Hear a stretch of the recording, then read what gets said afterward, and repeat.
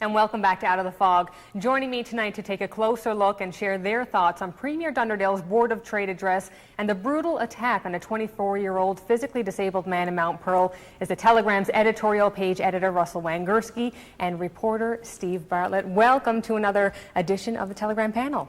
Thank you very much. Well, before we get into it, I actually want to show you a clip from the Premier's address that was held yesterday. She spoke about the province not being held hostage by Quebec. Let's just take a look. Muskrat Falls is truly, truly a game changer. Opening up renewable energy sources is the key to making our newfound energy wealth sustainable over the long term.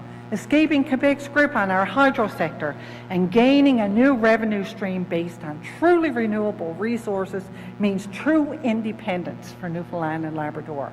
Fiscal and economic independence from those who are suffocating us.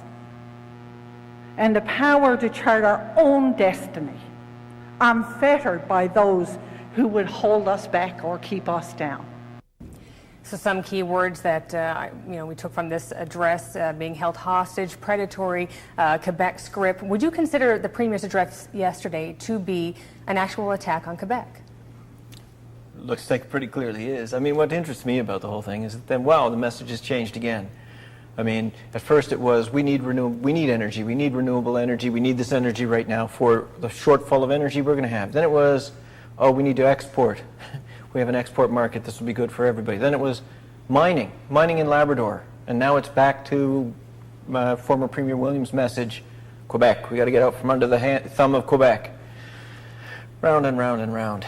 Would you say the same thing, Steve? I think Quebec is like a trump card that any Newfoundland politician keeps in their back pocket. And when they're trying to make a point and they want to get something across, let's pull out the Quebec card. And see, the thing is, I don't think Quebec cares that much. I doubt there's a few people in Quebec like looking back at Newfoundland today saying, shocking what they're saying about us down there. I think this is what Newfoundlanders, like, this is the kind of message they seem to love to hear. Like, we're being held down. No one's going to keep a Newfoundlander down. So, it's a trump card, and Newfoundland politicians have played it for decades. But I'm not sure how much it works anymore. I mean, one of the things about it is the quick response that we saw yesterday in comments online and the quick response in letters to the editor has been, oh, come on, not this again. There's got to be a better way to make an argument than to just simply come out and say, oh, it was them.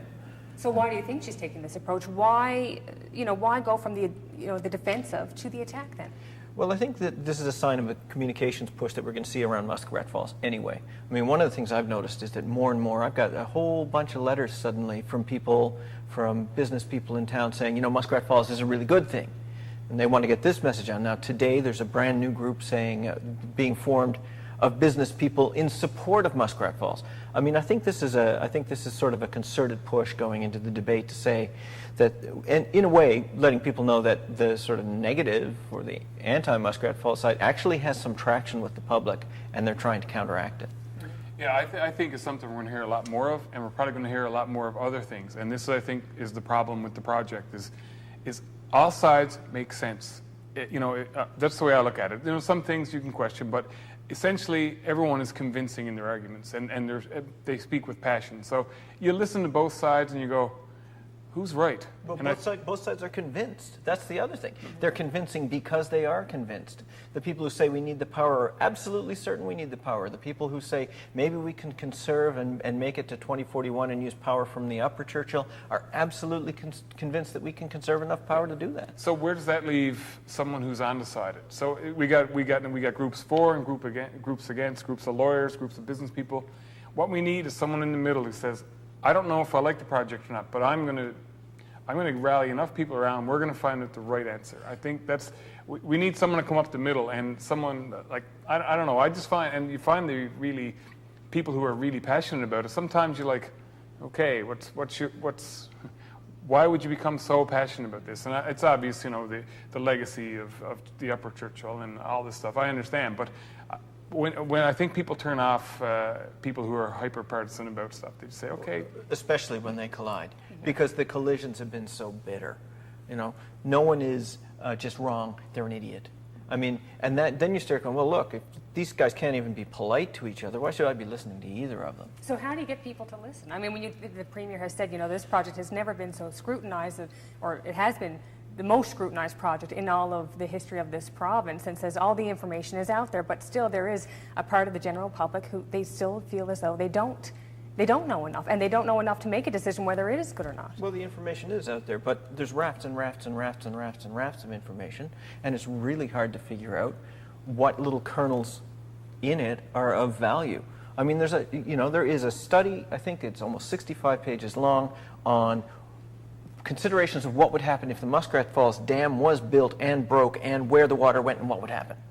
Well, that's not a lot of use in the debate, but it's yet another chunk of the information that's out there swimming around. I mean, there's a huge volume of information, some of it extremely old, some of it much newer, some of it with pieces cut out of it because we're not allowed to see them. I mean, but what's the important piece? And I think the real important piece comes down to whether we actually have enough power to make it through to 2041 without spending $6, $7, $8 billion. Yeah, I think what's going to happen is we're going to get a lot more information like the stuff Russell's referencing. We're going to get a lot more of the Quebec stuff. We're going to get a lot more different kind of messages.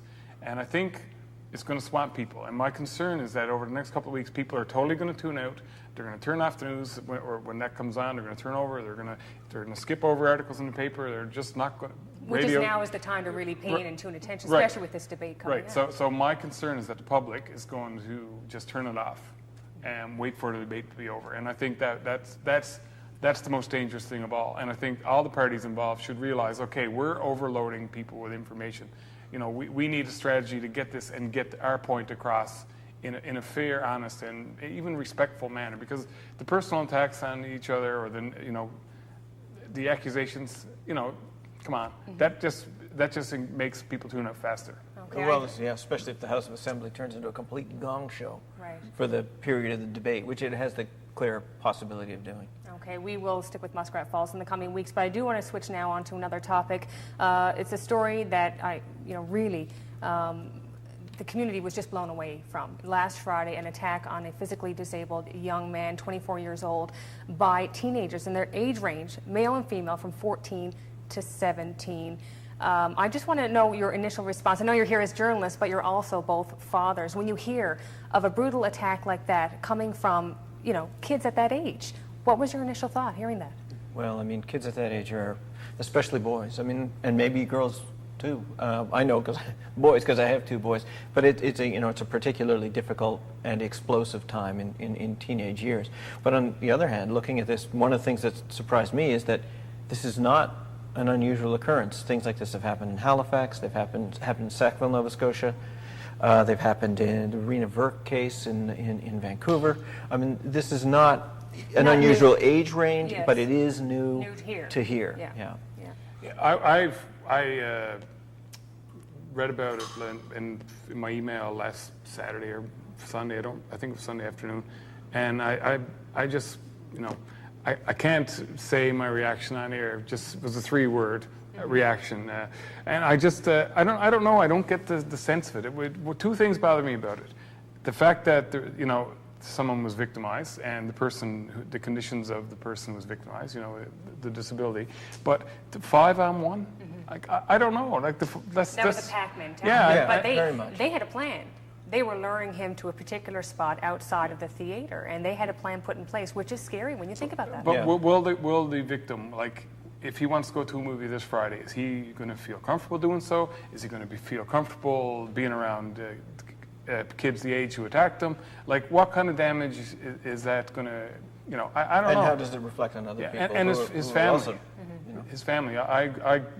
I have a close friend with some issues, and if something, I don't want to say issues, with some challenges, sorry, and if something happened to him, I don't know. I think I'd be angry and I'd be really sad, and this is what I feel most for the family and the victim here. I just think it's ridiculous and it shouldn't happen, and unfortunately, it instills fear within families and children at that age range of 14 to 17 in our community. So a really sad thing to hear. I do want to leave this panel off on a positive note, though, and I do want to say congratulations to you, Russell, from all of us at Rogers TV. You have been shortlisted for the Giller Prize this year, and I just want to know your initial thoughts. I know in 2006 you were, but knowing that you've been shortlisted, you're one out of 3 other people, Well, or there are 4 one of others 4 and me. people. Yeah. Well, the thing that was so startling to me is how I found out, because I knew the list was coming out on Monday. So you're sort of quietly, I mean, you go from 13 down to 5, and you know, so it's not a high percentage chance. And I knew it was supposed to happen about 12 o'clock our time, and nothing. I knew that my agent or my publisher would phone me, and no phone call. So I gave up. I went and I started editing comments. And 2 of the people who work with me at Creative Books suddenly appeared in my door and started screaming.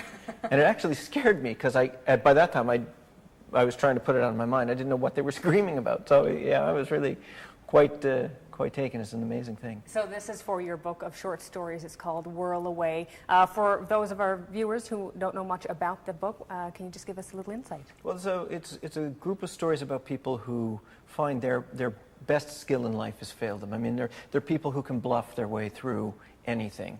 One day their ability to bluff fails. They're people who depend on their physical strength. They're people who depend on base trickery.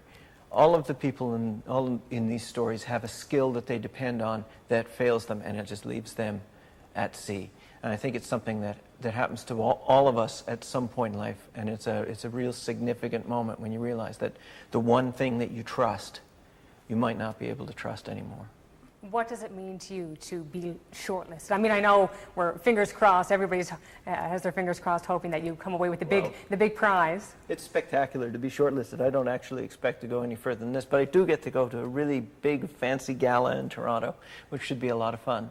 And I'm going to try not to be nervous at it, which for me will be quite something. I'm sure you'll do great, and so congratulations, and we wish you all the best. And of course, we won't be seeing Russell for a couple of weeks here on the Telegram panel, but we'll look forward to seeing you again in November. We'll see you then. All right. Well, thank you both for joining us this week, and we'll see you again next week. See you then. Okay. Oh, not me. Not you, no. If you'd like to make a comment on tonight's panel or wish Russell good luck, here's how to get in touch with Out of the Fog.